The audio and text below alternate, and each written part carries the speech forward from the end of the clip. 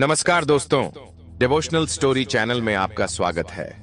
आज की कहानी शिक्षाप्रद है, तो चलिए कहानी को शुरू करते हैं। एक शांत पहाड़ी गांव के पास एक नागा साधु ने अपना डेरा जमाया। उनकी सादगी और तपस्या ने गांव वालों को प्रभावित किया। वहीं उसी गांव में एक विधवा औरत थी। कमला अकेले रहती थी। कमला अपने खेतों में काम करके अपना गुजारा करती थी, लेकिन समाज से अक्सर उपेक्षित रहती थी। एक दिन कमला जंगल में लकड़ियां काटने गई और अचानक एक जंगली जानवर ने उस पर हमला कर दिया। उसकी चीख सुनकर नागा साधु वहां पहुंचे और जानवर को भगा दिया। कमला ने साधु को धन्यवाद दिया और अपने घर पर भोजन के लिए आमंत्रित किया। साधु ने विनम्रता से उसका निमंत्रण स्वीकार किया। उस दिन के बाद साधु और कमला के बीच एक अनोखी मित्रता विकसित हुई। कमला ने साधु को अपने जीवन के संघर्ष बताए और साधु ने उसे जीवन के गहरे अर्थ समझाए। कमला को साधु के प्रति आदर और स्नेह होने लगा, लेकिन वह अपनी भावनाओं को समझ नहीं पाई। साधु भी यह जान गए थे कि कमला को सहारा और समझ की जरूरत है। एक दिन कमला को अपने घर के पास एक पुराना रहस्यमय संदूक मिलता है। संदूक पर अजीब से निशान और प्रतीक बने हुए थे। जब उसने साधु को यह संदूक दिखाया तो उनके चेहरे पर अजीब सी गंभीरता छा गई। उन्होंने बताया कि यह कोई साधारण संदूक नहीं है, यह एक प्राचीन रहस्य और शक्ति से जुड़ा है। साधु ने कमला को समझाया कि संदूक को खोलने का मतलब है उस शक्ति को जगाना जो सदियों से सोई हुई है। लेकिन कमला का मन बेचैन था। उसने पूछा, यह शक्ति किसकी है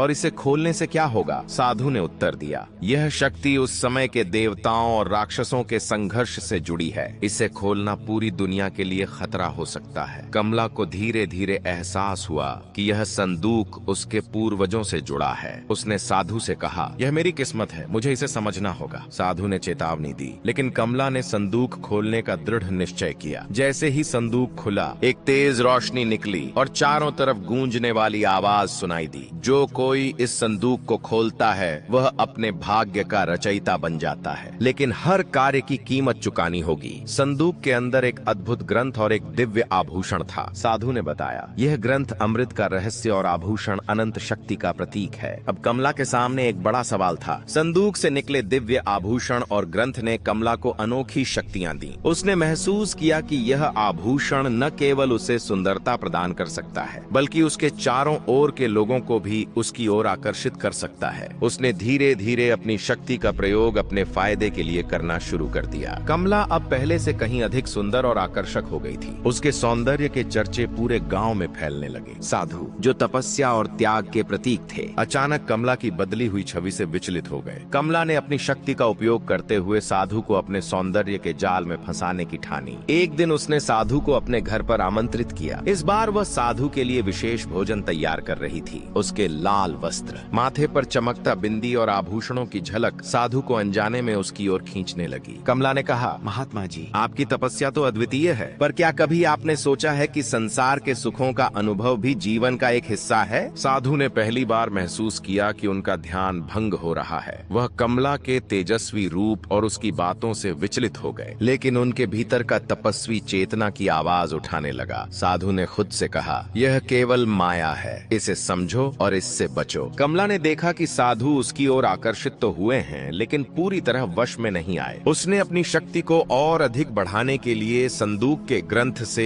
एक रहस्यमय मंत्र का पाठ किया। जैसे ही उसने मंत्र का उच्चारण किया, चारों ओर तेज हवा चलने लगी और संदूक से एक रहस्यमय परछाई प्रकट हुई। वह परछाई हंसते हुए बोली, तुमने शक्ति का गलत उपयोग किया है, अब तुम जो चाहोगी उसकी कीमत चुकानी होगी। कमला ने अपनी आवाज में मिठास भरकर कहा, मुझे साधु को वश में करना है। परछाई ने कहा, तुम यह कर सकोगी, लेकिन इसके लिए तुम्हें अपनी आत्मा का एक हिस्सा सौंपना होगा। कमला की चाल के बारे में साधु को कुछ आभास होने लगा। उन्होंने उससे पूछा, तुम्हारी बदली हुई यह छवि और यह शक्ति कहाँ से आई है? तुम मुझसे क्या चाहती हो? कमला ने मुस्कुराते हुए कहा, मैं आपको संसार के सुख का अनुभव कराना चाहती हूँ। मैं चाहती हूँ कि आप मेरे साथ रहें। साधु ने गंभीरता से कहा, तुम माया के जाल में फंस चुकी हो अगर मैंने तुम्हारे साथ यह पथ अपनाया तो मेरी तपस्या व्यर्थ हो जाएगी, पर मैं देख रहा हूँ कि यह शक्ति तुम्हें बर्बाद कर सकती है। कमला ने परछाई को आत्मा का एक हिस्सा सौंप दिया। इसके बाद उसकी सुंदरता और आकर्षण बढ़ गया। उसके सौंदर्य ने साधु के मनोबल को और अधिक चुनौती दी। साधु को हर पल यह एहसास होने लगा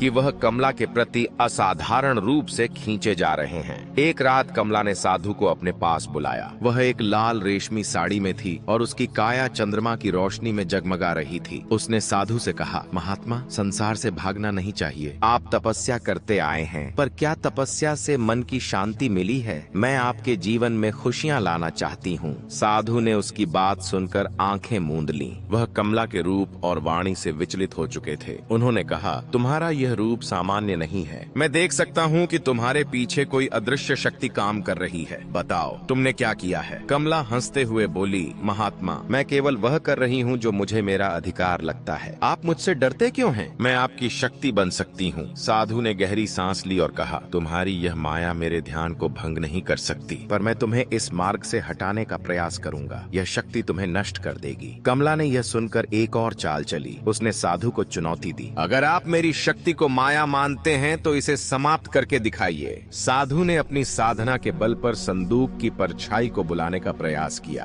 परछाई प्रकट हुई और उसने साधु से कहा, तुमने इसे रोकने की कोशिश की, लेकिन अब तुम भी इस खेल का हिस्सा हो। यह शक्ति न तुम्हारे अधीन है और न कमला के। यह केवल उस व्यक्ति को स्वीकार करती है जो इसे संभाल सके। कमला का सौंदर्य और जादुई आभूषण नागा साधु को अपने जाल में फंसाने में असफल रहे, लेकिन कमला ने हार मानने से इनकार कर दिया। वह जानती थी कि साधु को जीतने के लिए केवल सौंदर्य ही नहीं, बल्कि धैर्य और चालाकी की भी आवश्यकता होगी। साधु ने महसूस किया कि कमला बार बार उनके तप और ध्यान को तोड़ने की कोशिश कर रही है। उन्होंने उसे चेतावनी देते हुए कहा, तुम जिस रास्ते पर चल रही हो वह तुम्हें विनाश की ओर ले जाएगा। यह शक्ति तुम्हारे भीतर लोभ और अधर्म को जन्म दे रही है। कमला ने मुस्कुराते हुए उत्तर दिया, महात्मा, यह शक्ति मेरे जीवन को बदलने के लिए है। मैं इसका उपयोग अपने सुख और अधिकार के लिए करूंगी। आप इसे माया कहते हैं, लेकिन मेरे लिए यह मेरा भविष्य है। कमला ने एक और योजना बनाई। उसने गांव के लोगों को अपनी ओर आकर्षित करना शुरू किया। अब उसका सौंदर्य और जादुई व्यक्तित्व केवल साधु ही नहीं, बल्कि पूरे गांव को अपने वश में कर रहा था। लोग उसकी बातों में आने लगे और उसे देवी मानने लगे। लेकिन नागा साधु ने इस माया को समझ लिया। उन्होंने गांव वालों को चेतावनी दी, यह सौंदर्य और शक्ति केवल एक भ्रम है, इसे वास्तविकता मत समझो। कमला ने साधु को नीचा दिखाने के लिए एक सार्वजनिक सभा आयोजित की। उसने गांव वालों के सामने साधु को चुनौती दी, अगर आप इतने शक्तिशाली हैं तो मुझे रोक कर दिखाइए। मैं यह साबित करूंगी कि मेरी शक्ति आपकी तपस्या से अधिक है। साधु ने अपनी साधना के बल पर संदूक की शक्ति को नियंत्रित करने की कोशिश की, लेकिन संदूक से एक और रहस्यमयी आवाज गूंजी, तुम दोनों शक्ति और तपस्या के नाम पर मेरा उपयोग कर रहे हो, लेकिन यह खेल अब और नहीं चलेगा। अब साधु और कमला के बीच संघर्ष और गहरा हो गया। कमला ने तय किया कि वह साधु को हर हाल में वश में करेगी, जबकि साधु ने यह संकल्प लिया कि वह किसी भी कीमत पर कमला को इस शक्ति से मुक्त कराएंगे। कमला अब नागा साधु को हराने और अपने जाल में फंसाने के लिए एक नई चाल चलने का फैसला करती है। वह अपने राज्य के राजा के पास गई, जो अपनी प्रजा के लिए न्याय प्रिय और प्रतिष्ठित था। कमला ने राजा के दरबार में जाकर रोते हुए कहा, महाराज, मैं एक अकेली विधवा हूँ। एक नागा साधु ने मेरे साथ अन्याय किया है। उसने मेरे साथ गलत व्यवहार किया और मेरी इज्जत को ठेस पहुँचाई। मुझे न्याय चाहिए। राजा ने यह सुनते ही क्रोधित होकर कहा, एक साधु जो धर्म और तपस्या का प्रतीक होता है कैसे ऐसा अनैतिक कार्य कर सकता है? यह निंदनीय है। मैं इस साधु को सजा दिलवाऊंगा।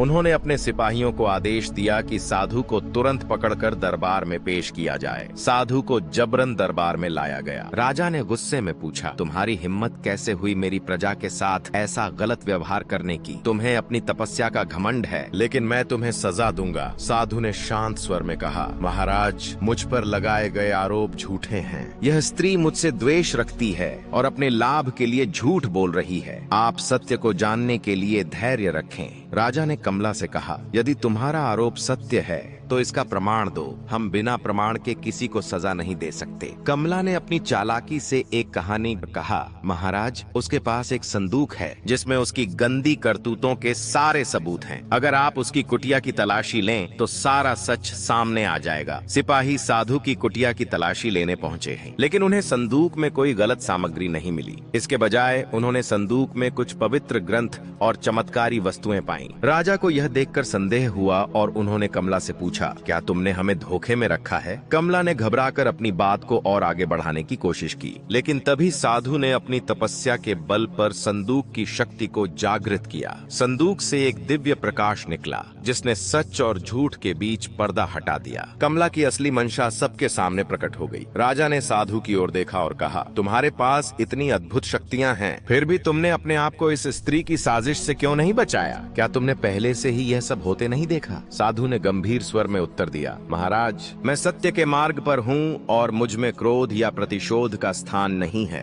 यह स्त्री अपनी शक्तियों और लोभ के कारण यह सब कर रही है। मैं केवल उसे चेतावनी दे सकता हूँ, लेकिन उसकी नियति तय करना आपके हाथ में है। कमला समझ गई कि उसकी साजिश अब उजागर हो चुकी है, लेकिन उसने हार मानने से इनकार कर दिया। उसने राजा के कानों में धीरे से कहा, महाराज, यह साधु दिखने में शांत लगता है, लेकिन वह अपनी शक्ति के बल पर इस राज्य को अपने नियंत्रण में लेना चाहता है। अगर आप उसे अभी सजा नहीं देंगे तो यह भविष्य में आपके लिए खतरा बन सकता है। राजा थोड़ा असमंजस में आ गया। उसने साधु की ओर देखा और कहा, तुम्हारी शक्ति के पीछे का उद्देश्य क्या है? क्या तुम सच में इस राज्य के लिए कोई खतरा हो सकते हो? साधु ने शांत भाव से उत्तर दिया, मेरा उद्देश्य केवल ध्यान और सेवा है, लेकिन यदि आप मुझ पर भरोसा नहीं करते तो मैं इस राज्य को छोड़कर चला जाऊंगा। राजा ने संदूक की शक्ति को परखने के लिए अपने मंत्रियों को बुलाया। मंत्रियों ने सुझाव दिया कि संदूक को खोलकर उसकी शक्ति को नियंत्रित करने की कोशिश की जाए, लेकिन जैसे ही संदूक खोला गया, उसमें से एक तेजस्वी प्रकाश निकला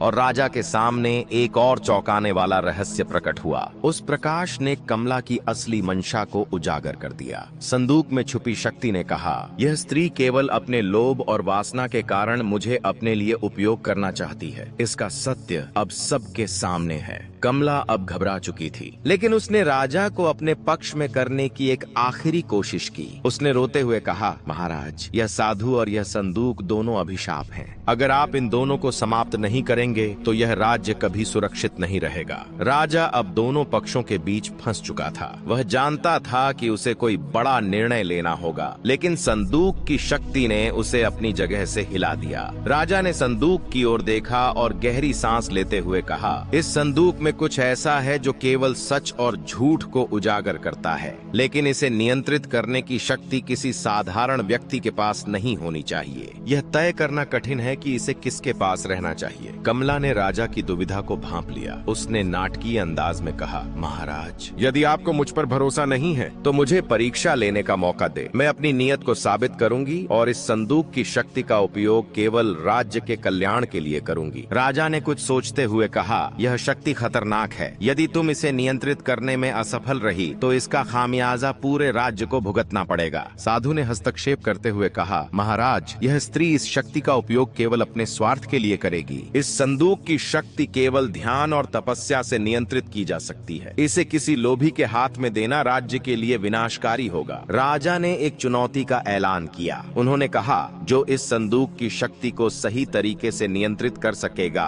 वही इसका वास्तविक हकदार होगा, लेकिन यदि कोई असफल हुआ तो उसे राज्य से निर्वासित कर दिया जाएगा। कमला ने चुनौती स्वीकार कर ली। उसने अपनी शक्ति का उपयोग करते हुए संदूक को नियंत्रित करने की कोशिश की। जैसे ही उसने संदूक को छुआ, संदूक से एक भयंकर आवाज गूंजी, लोभ और अधर्म का अंत निश्चित है। तुम इस शक्ति के योग्य नहीं हो। कमला को एक झटका लगा और वह जमीन पर गिर गई। साधु ने धीरे धीरे संदूक की ओर बढ़ते हुए अपनी तपस्या का ध्यान केंद्रित किया। जैसे ही उन्होंने संदूक को छुआ, संदूक शांत हो गया और उसमें से एक दिव्य प्रकाश निकला। वह प्रकाश राजा के सामने आकर बोला, यह साधु तप और सत्य का प्रतीक है। इस शक्ति का हकदार केवल वही है। कमला को अपनी गलती का एहसास हुआ। उसने रोते हुए साधु से माफी मांगी और कहा, मुझे मेरी गलतियों का एहसास हो गया है। मैंने अपने लोभ और स्वार्थ में आकर सत्य को अनदेखा कर दिया। कृपया मुझे माफ कर दें। साधु ने उसे क्षमा करते हुए कहा, प्रायश्चित का मार्ग कठिन है, लेकिन यही सत्य की ओर ले जाता है। अगर तुम अपने पापों का प्रायश्चित करोगी तो जीवन में शांति पा सकती हो। राजा ने कमला की माफी के बाद भी उसे पूरी तरह क्षमा नहीं किया। उन्होंने कहा, तुम्हारे झूठ और स्वार्थ ने न केवल इस राज्य को संकट में डाला,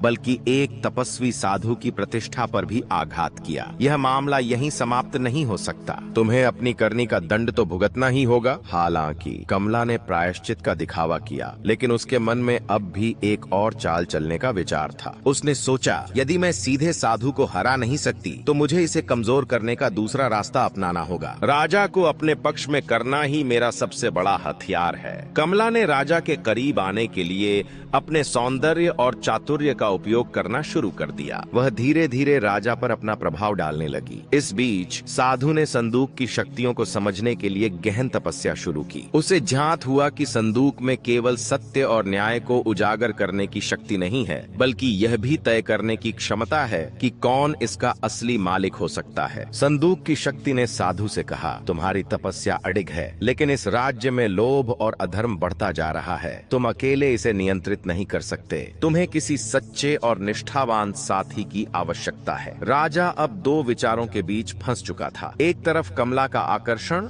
और दूसरी तरफ साधु का सत्य। उन्होंने दरबार में घोषणा की, मैं इस संदूक की शक्ति का सही उपयोग करने के लिए दोनों पक्षों को एक आखिरी मौका देना चाहता हूँ। एक प्रतियोगिता आयोजित की जाएगी जिसमें यह तय होगा कि इस शक्ति का असली अधिकारी कौन है। कमला ने यह चुनौती स्वीकार कर ली, लेकिन उसने पहले से ही राजा को प्रभावित करने और प्रतियोगिता को अपने पक्ष में करने की योजना बना रखी थी। दूसरी ओर साधु ने तप और ध्यान के माध्यम से अपनी शक्ति बढ़ाने का निश्चय किया। नागा साधु ने राजा के दरबार में अपनी बात रखते हुए कहा, महाराज, नागा साधु बनने का अर्थ केवल त्याग नहीं, बल्कि अपनी आत्मा को माया मोह से परे ले जाना है। मैं अपने परिवार, घर और संसार के सभी बंधनों को त्याग चुका हूँ। इस स्त्री ने अपने लोभ और छल से मुझे भटकाने की कोशिश की, लेकिन सत्य यह है कि जो नागा साधु अपनी साधना में अडिग रहता है, उसे कोई भी ताकत भ्रष्ट नहीं कर सकती। साधु ने अपने तप और संयम का परिचय देते हुए अपनी साधना का वर्णन किया। उसने कहा, मैंने अपनी प्रतिज्ञा के दिन से ही यह निश्चय किया था कि माया मोह मुझे कभी स्पर्श नहीं करेगा। यह स्त्री अपने छल से मुझे तोड़ने का प्रयास कर रही थी, लेकिन एक सच्चा साधु अपने मार्ग से विचलित नहीं होता। दरबार में उपस्थित सभी लोग साधु के शब्दों से प्रभावित हुए। साधु की बात सुनकर राजा का भी विश्वास दृढ़ हो गया। उन्होंने कहा, तुम्हारे संयम और सत्यनिष्ठा ने आज यह साबित कर दिया कि सच्चे साधु को कोई भी छल या माया नहीं हिला सकती। कमला, जो अब तक अपने जाल में राजा को फंसाने की कोशिश कर रही थी, अंततः हार मानने को मजबूर हो गई। उसने स्वीकार किया, मैंने अपनी इच्छाओं और स्वार्थ के कारण इस साधु को फंसाने की कोशिश की, लेकिन यह सच है कि यह साधु मुझसे कहीं ऊपर है। मैं केवल अपने लोभ का शिकार हुई। नागा साधु ने कमला से कहा, तुम्हारे भीतर जो लोभ और स्वार्थ है, वह तुम्हारे ही जीवन का सबसे बड़ा शत्रु है। यदि तुम इसे त्याग दो तो तुम्हारे जीवन में शांति और सच्चाई आ सकती है। साधु ने राजा को भी संबोधित करते हुए कहा, महाराज, इस संदूक की शक्ति और इस राज्य का भविष्य केवल सत्य और धर्म पर आधारित होना चाहिए। यह स्त्री केवल एक उदाहरण है कि माया मोह कैसे विनाश का कारण बन सकता है, लेकिन यदि आप धर्म के मार्ग पर अडिग रहेंगे तो यह राज्य सदा सुखी रहेगा। विधवा ने धीरे धीरे सिर झुकाकर नागा साधु के सामने अपनी गलती स्वीकार करते हुए कहा, महाराज, मैं केवल एक साधारण विधवा नहीं हूँ। दरअसल मैं भी एक नागा साधु ही हूँ, जो अपने गुरु के आदेश पर आपकी परीक्षा लेने के लिए इस रूप में आई थी। यह सब मैंने अपने गुरु की आज्ञा से किया था। सभी दरबारियों की आंखों में विस्मय था। उन्होंने कभी नहीं सोचा था कि यह विधवा, जो उन्हें एक साधारण व्यक्ति लग रही थी, असल में वह एक साधु हो सकती है। साधु ने अपनी आंखें बंद की और गहरी सांस ली, फिर धीरे से कहा, तुम्हारी बातें मुझे कोई आश्चर्य नहीं देती, क्योंकि सच यही है कि यह संसार माया और छल से भरा हुआ है। कई बार हमें यह साबित करने के लिए ऐसे रूपों में आना पड़ता है। तुमने जो किया वह गुरु की आज्ञा थी, लेकिन इसने तुम्हारे भीतर के सत्य को नहीं बदल दिया। विधवा की आंखों में आंसू थे, लेकिन वह संतुष्ट थी कि उसने अपना सत्य बता दिया। उसने कहा, मैंने वह रास्ता अपनाया जो कभी मैंने सोचा भी नहीं था। मैंने अपने गुरु की इच्छा को पूरी करने के लिए एक निर्दोष साधु की परीक्षा ली, लेकिन अब मुझे यह एहसास हो गया है कि इस जीवन में सच्चाई और साधना से बड़ा कोई और मार्ग नहीं है। नागा साधु ने उसे शांतिपूर्ण रूप से देखा और कहा, तुम्हारा आत्मज्ञान और तप ही तुम्हारे लिए सबसे बड़ा उपहार होगा। इस संसार में जितना अधिक हम आत्मा की शुद्धता को समझते हैं, उतना ही हमारे भीतर का सच्चा ज्ञान उजागर होता है। तुम्हारे भीतर जो झूठ का पर्दा था, अब वह गिर चुका है और तुम्हें अपने गुरु के आदेश की असली मंशा समझ आ गई है। राजा और अन्य दरबारी अब पूरी तरह से चकित थे। उन्होंने देखा कि यह साधु केवल बाहरी रूप से नहीं बल्कि भीतर की सत्यता से भी काम करता है। नागा साधु ने विधवा को धीरे धीरे मार्गदर्शन देना शुरू किया। जो तुमने किया वह तुम्हारा परीक्षा लेने का तरीका था, लेकिन सत्य को कभी भी छुपाया नहीं जा सकता। तुमने अपनी भूल को पहचाना है, यही सबसे बड़ा कदम है। अब तुम अपने भीतर शांति और सत्य की ओर बढ़ो और यह राज्य भी तुम्हारे साथ उसी दिशा में आगे बढ़ेगा। राजा ने गंभीरता से कहा, यह घटनाएं हमें यह सिखाती हैं कि सत्य को किसी भी रूप में या किसी भी व्यक्ति के द्वारा हमें परीक्षा में डालने से कोई फर्क नहीं पड़ता। जो सच्चे रास्ते पर चलता है उसे कभी हार नहीं मिलती। नागा साधु ने ध्यान से विधवा की बातें सुनी और उसकी आंखों में गहरे सच का आभास पाया। उसने धीरे से कहा, तुम्हारा सत्य मुझे समझ में आ गया है। तुमने मेरी परीक्षा ली, लेकिन क्या तुम जानती हो कि एक साधु को किसी भी रूप में परीक्षा देने का कोई अधिकार नहीं होता? वह तो केवल अपनी साधना और सत्य के प्रति अपनी प्रतिबद्धता में विश्वास रखता है। विधवा का चेहरा पल भर के लिए गड़बड़ा गया, लेकिन फिर वह शांत हो गई। उसे समझ में आ गया कि साधु की आंतरिक शक्ति केवल उसके बाहरी रूप से नहीं बल्कि उसकी चेतना और समझ से ही प्रकट होती है। उसने सिर झुकाकर कहा, मुझे अब सब समझ में आ गया है। मैं यह नहीं जानती थी कि एक साधु को केवल रूपों से नहीं बल्कि आत्मा की शुद्धता से पहचाना जाता है। साधु ने उसे देखकर कहा, तुमने जो किया वह असल में तुम्हारी परीक्षा नहीं थी, बल्कि यह तुम्हारे अंदर के विश्वास और नकारात्मक भावनाओं की परीक्षा थी। तुमने मेरे साथ परीक्षा लेने का दावा किया, लेकिन वह असल में तुम्हारी आत्मा की परीक्षा थी। विधवा के चेहरे पर लज्जा और पश्चाताप था, लेकिन अब उसने अपने मन में दृढ़ संकल्प लिया था, मैंने अपनी गलती को समझ लिया है। अब मैं अपनी आत्मा के सत्य को पहचानूंगी और स्वीकार करूंगी। साधु ने अपनी आंखें बंद की और फिर गहरी सांस ली। एक शांत और गहरी आवाज में उसने कहा, तुम्हारे भीतर अब जो सत्य जागृत हो चुका है वह तुम्हें जीवन के सच्चे रास्ते पर ले जाएगा। केवल बाहरी रूप और छल से कुछ भी हासिल नहीं किया जा सकता। एक साधु वही है जो अपनी आंतरिक यात्रा में पूरी तरह से अडिग हो, बिना किसी लोभ और मोह के। राजा और दरबार में उपस्थित सभी लोग चुपचाप सुन रहे थे। वे समझ गए थे कि यह एक साधारण घटना नहीं थी, बल्कि यह उनके जीवन को समझने का एक अवसर था। राजा ने कहा, हमने अपनी आंखों से देखा है कि साधु का मार्ग केवल सत्य का होता है। अगर कहानी आपको अच्छी लगी हो तो चैनल को लाइक और सब्सक्राइब करने की कृपा कर देना। जय माता दी।